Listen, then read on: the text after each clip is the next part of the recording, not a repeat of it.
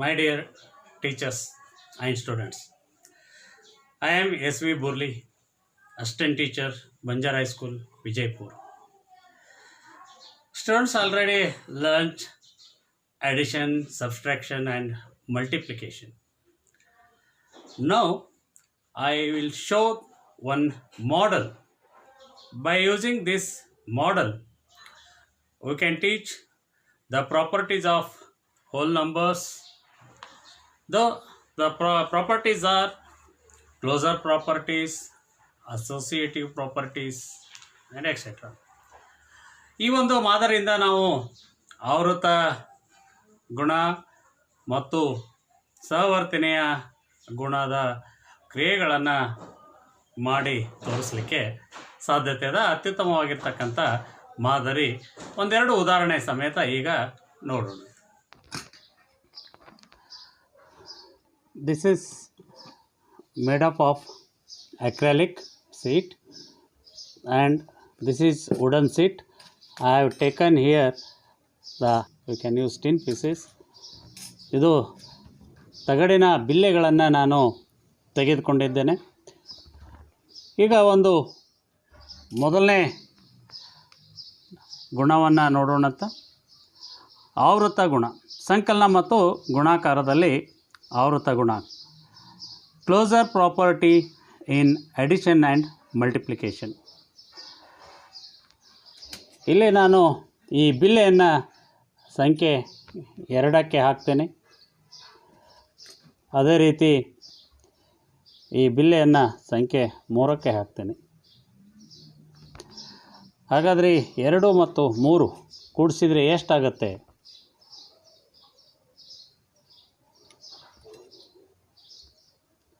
Okay, ಇಲ್ಲಿ 5ಕ್ಕೆ ಇದು ಸಮ ಆಯಿತು. 3 ಮತ್ತು 2ನ್ನು ಕೂಡಿಸಿದರೆ 5. Okay, let us see another one example. 4 plus 2. So 4 plus 2 is equal to, so here 6. Okay, 4 plus 2 is equal to 6. ಅದೇ ರೀತಿ ಇನ್ನೂ ಒಂದು ಉದಾಹರಣೆ ತಗೊಳ್ಳೋಣಂತೆ. ಇದು ಸಂಕಲನದಲ್ಲಾಯಿತು. ಇನ್ನು ಗುಣಾಕಾರದಲ್ಲಿ ಒಂದು ಉದಾಹರಣೆ ತೆಗೆದುಕೊಳ್ಳೋಣಂತೆ.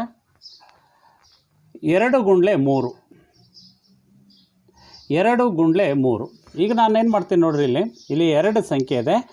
ಇವುಗಳನ್ನು 3 ಹಾಕ್ತೀನಿ. 3 ಪೀಸನ್ನು ಇಲ್ಲಿ ಹಾಕ್ತೀನಿ ನೋಡಿರಿ. ಅಂದರೆ ಏನಾಯಿತು? 2 ಗುಂಡ್ಲೆ 3 ಆಯಿತು ನೋಡಿರಿ. So if we want to do multiplication of 2 into 3, in this number 2, I have put 3 pieces here, 1, 2, 3. So it become now 6. So let us see here what will happen. Okay, 2 into 3 is equal to 6. Okay. In the same way, another one example, 2 into 2. So this is 2 into 2. 2 into 2 is equal to 4. Another one example, 3 into 2. Okay, this is 3. Number 3, I am putting here 2 pieces. So this is 3 into 2. What will happen? So 3 into 2 is equal to 6. ಹೀಗೆ ಇಲ್ಲಿ 2, 3, 2, 2 ತೊಗೊಂಡೇವಿ. ನಮಗೆ ಮೊತ್ತದಲ್ಲಿ 5 ಬಂತು. ಗುಣಲಬ್ಧ ಮಾಡಿದಾಗ 6 ಬಂತು. ಇವೆಲ್ಲಗಳು ಪೂರ್ಣ ಸಂಖ್ಯೆಗಳಾಗಿವೆ. ಆದ್ದರಿಂದ ಯಾವುದೇ 2 ಪೂರ್ಣ ಸಂಖ್ಯೆಗಳ ಮೊತ್ತವು ಅಥವಾ ಗುಣಲಬ್ಧವು ಪೂರ್ಣ ಸಂಖ್ಯೆಯೇ ಆಗಿರುತ್ತದೆ ಅಂತ ನಾವು ಹೇಳ್ತೀವಿ. ಇದನ್ನು ನಾವು ಆವೃತ್ತ ಗುಣ ಅಂತ ಹೇಳ್ತೀವಿ.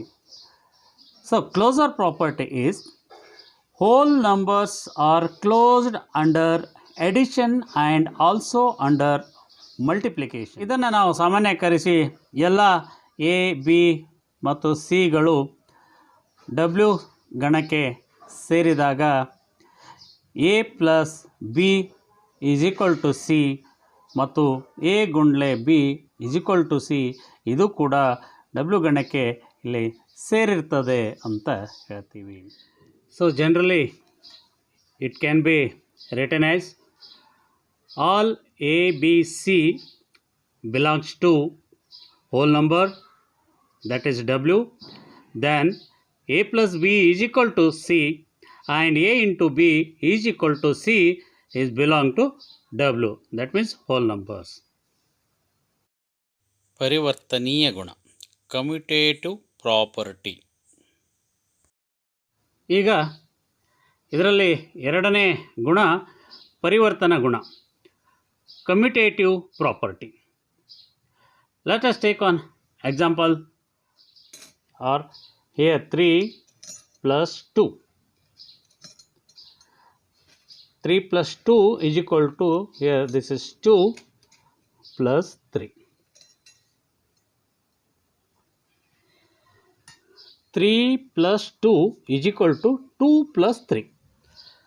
So the sum of 3 plus 2 is equal to 5.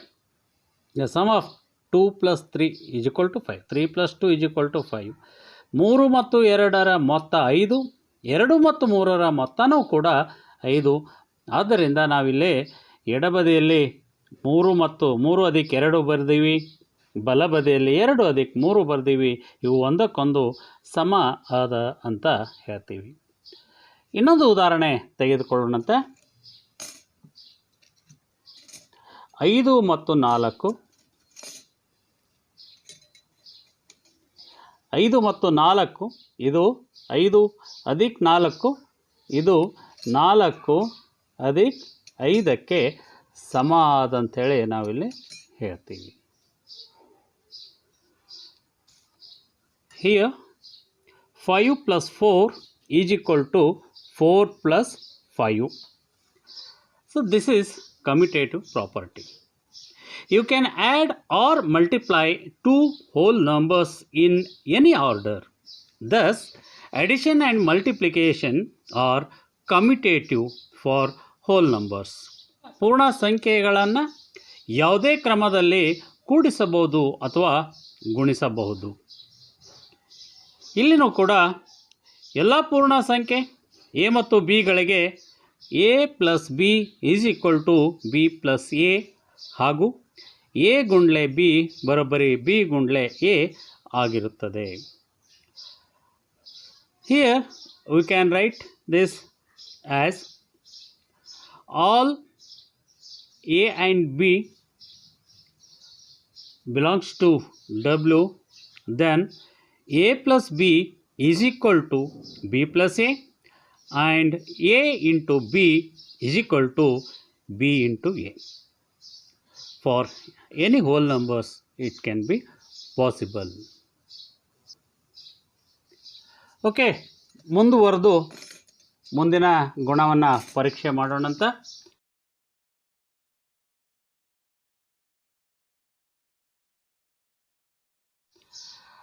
ಸಂಕಲನದ ಅನನ್ಯತಾಂಶ, ಅಡಿಟಿವ್ ಐಡೆಂಟಿಟಿ. ಒಂದು ಉದಾಹರಣೆ ತೆಗೆದುಕೊಳ್ಳೋಣಂತೆ. 5 ಪ್ಲಸ್ 0. ಈಗ ಇದನ್ನು ನಾನು 5ಗೆ ಹಾಕ್ತೀನಿ, ಇದೊಂದು 0ಗೆ ಹಾಕ್ತೀನಿ. ಇಲ್ಲಿ 5 ಪ್ಲಸ್ 0 ಈಸ್ ಈಕ್ವಲ್ ಟು 5. ಇದು 5ಗೆ ಸಮ ಇದೆ. 5 ಪ್ಲಸ್ 0 ಈಸ್ ಈಕ್ವಲ್ ಟು 5. ಇದನ್ನೇ ನಾವು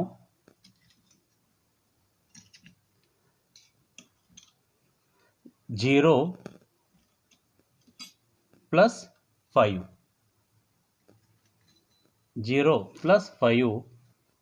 ಈಸ್ ಈಕ್ವಲ್ ಟು 5 ಅಂತ ನಾವು ತೋರಿಸ್ಬೋದು. ಅದೇ ರೀತಿ ಇನ್ನೊಂದು ಉದಾಹರಣೆಯನ್ನು ನೋಡೋಣಂತ ನಾವು.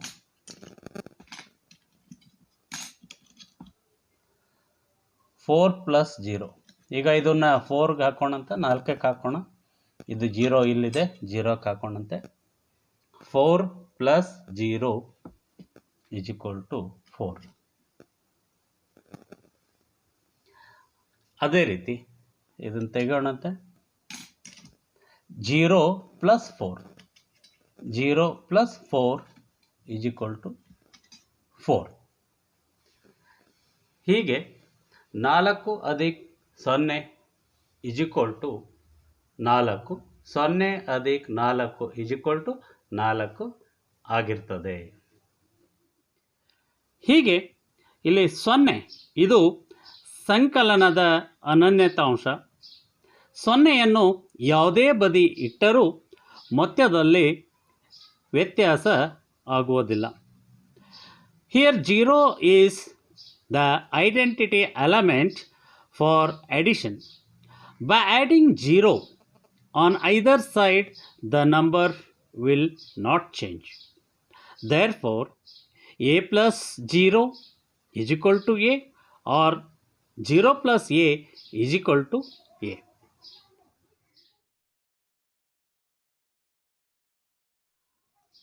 ಈಗ ಮುಂದೆ ಸಾಗೋಣ. ಗುಣಾಕಾರದ ಅನನ್ಯತಾಂಶ, ಮಲ್ಟಿಪ್ಲಿಕೇಟಿವ್ ಐಡೆಂಟಿಟಿ. 6ರಲ್ಲಿ ಒಂದೇ ಒಂದು ಬಿಲ್ಲನ್ನು ಹಾಕೀನಿ. ಇದನ್ನು 6 × 1 ಅಂತ ತಿಳ್ಕೊಳ್ಳೋಣ. 6 × 1 = 6. 1ರಲ್ಲಿ 6 ಹಾಕೋಣಂತ. 1 2 3 4 5 6 ಅಂದರೆ 1 × 6 ಏನಾಗುತ್ತೆ? 6ಕ್ಕೆ ಇದು ಸಮ ಆಯಿತು. ಇಲ್ಲಿ 1ರಲ್ಲಿ 6 ಬಿಲ್ಲೆಗಳನ್ನು ಹಾಕಿವಿ, ಅಂದರೆ 1 × 6 = 6 ಆಯಿತು. ಹೀಗೆ ಇಲ್ಲಿ 1 ಇದು ಗುಣಾಕಾರದ ಅನನ್ಯತಾಂಶ ಆಗಿದೆ. 1ಅನ್ನು ನಾವು ಅದಲು ಬದಲು ಮಾಡಿ ಯಾವುದೇ ಸಂಖ್ಯೆಗೆ ಗುಣಿಸಿದರೂ ಕೂಡ ನಮಗೆ ಅದೇ ಸಂಖ್ಯೆ ದೊರೆಯುತ್ತದೆ. Here 1 is the identity element for multiplication. By multiplying 1 on either side, the number remains same. So generally we can write as for any number a into 1 is equal to a, or 1 into a is equal to a. ಪರಿವರ್ತನೀಯ ಗುಣಕ್ಕೆ ಬಿಲ್ಲೆಯ ಮಾದರಿ. Another model for commutative property. ಈ ಪರಿವರ್ತನೀಯ ಗುಣವನ್ನು ಹೇಳಲಿಕ್ಕೆ ಇನ್ನೊಂದು ಮಾದರಿಯನ್ನು ನಾವು ಉಪಯೋಗಿಸ್ಬೋದು. ಇಲ್ಲಿ ಒಂದು ಮೊಬೈಲ್ ಸ್ಟ್ಯಾಂಡ್ ಮಾಡಿ ನಾನು ಇದನ್ನು ಈ ರೀತಿಯಾಗಿ ಇಡ್ತೀನಿ. ಇದೊಂದು ಸ್ಟ್ಯಾಂಡ್ ಮಾಡಿನೇ ಈ ರೀತಿಯಾಗಿ ನಾನು ಇಲ್ಲಿ ಇಡ್ತೀನಿ.